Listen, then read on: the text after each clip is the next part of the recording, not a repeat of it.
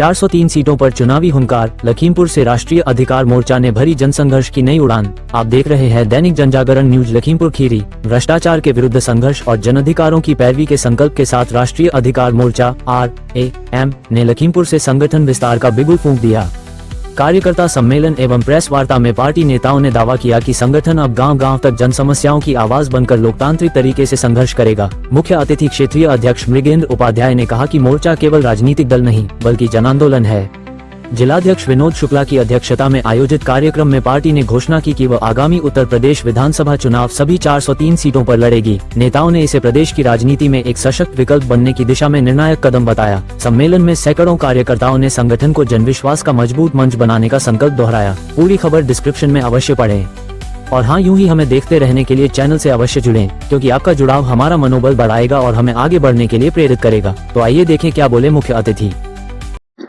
आज लखीमपुर में आप पहली बार आए हैं, क्या उद्देश्य लेकर के आए हैं?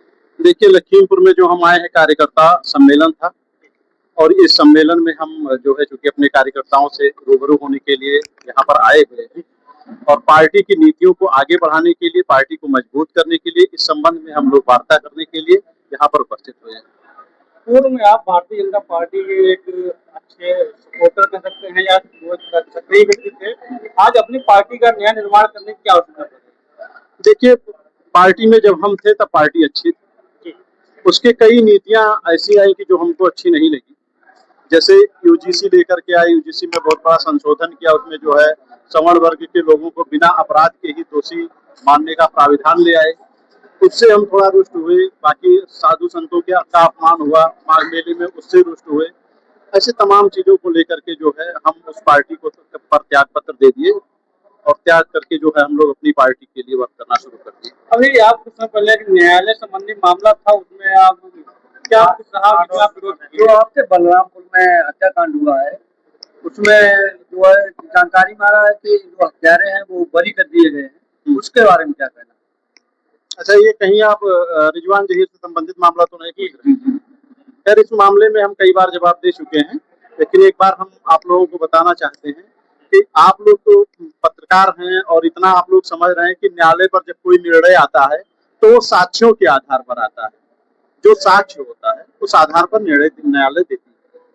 क्योंकि साक्ष्य का अभाव था, इस कारण रिजवान जहीर को बरी कर दिया गया था और इसी से रुष्ट होकर के जो मतलब पीड़ित पक्ष था, उनके भाई की हत्या हुई थी, तो उनका नाम थोड़ा इस समय ध्यान नहीं आ रहा है, तो उन्होंने आरोप न्यायालय पर जो लगाया पैसे की लेन देन के लिए कि 7 करोड़ 8 करोड़ रुपए में डील हुई है, ये सरासर गलत है, बहुत भ्रामक है और इससे जो है न्यायालय जो है का मतलब बदनामी हो रहा है और न्यायालय पर ऐसा आरोप लगाना ही नहीं चाहिए, क्योंकि न्यायालय साक्ष्यों के आधार पर ही निर्णय देती है।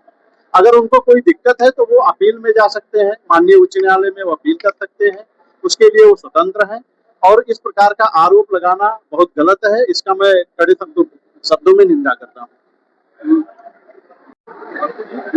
आज जब आप पार्टी अपनी अलग बना लिए हैं तो राम मंदिर चोरी मुद्दे पे आपकी पार्टी क्या कहना चाहेगी? देखिए, राम मंदिर चोरी का मुद्दा जांच कराया जाए। जांच हालांकि इनकी ठीक जांच चल नहीं रही है, क्योंकि इसमें जो वास्तविक रूप से संदिग्ध हैं, जांच टीम वहां तक पहुंच ही नहीं पा रही है। छोटे छोटे लोग नीचे के फंसा दिए गए हैं, जो एक तरह से कह लीजिए कर्मचारी थे, मजदूर लेवल के व्यक्ति थे और अपना गिनती उनती का काम करते थे, उनको फंसा दिया गया था। लेकिन 200 करोड़ 500 करोड़ 1000 करोड़ का चोरी जो है एक सामान्य व्यक्ति नहीं कर सकता है। इतना तो आप लोग भी समझ रहे हैं कि अभी किसी गांव में चले जाइए, किसी सामान्य व्यक्ति से कहिए मात्र 5 लाख रुपया कह दीजिए कि हम आपको दे रहे हैं, इसको आप वापस मत कीजिए, हम दे रहे हैं, तो 100 सवाल करेगा, क्यों आप दे रहे हैं, हमको नहीं चाहिए, हम क्या करेंगे, हम फंस जाएंगे।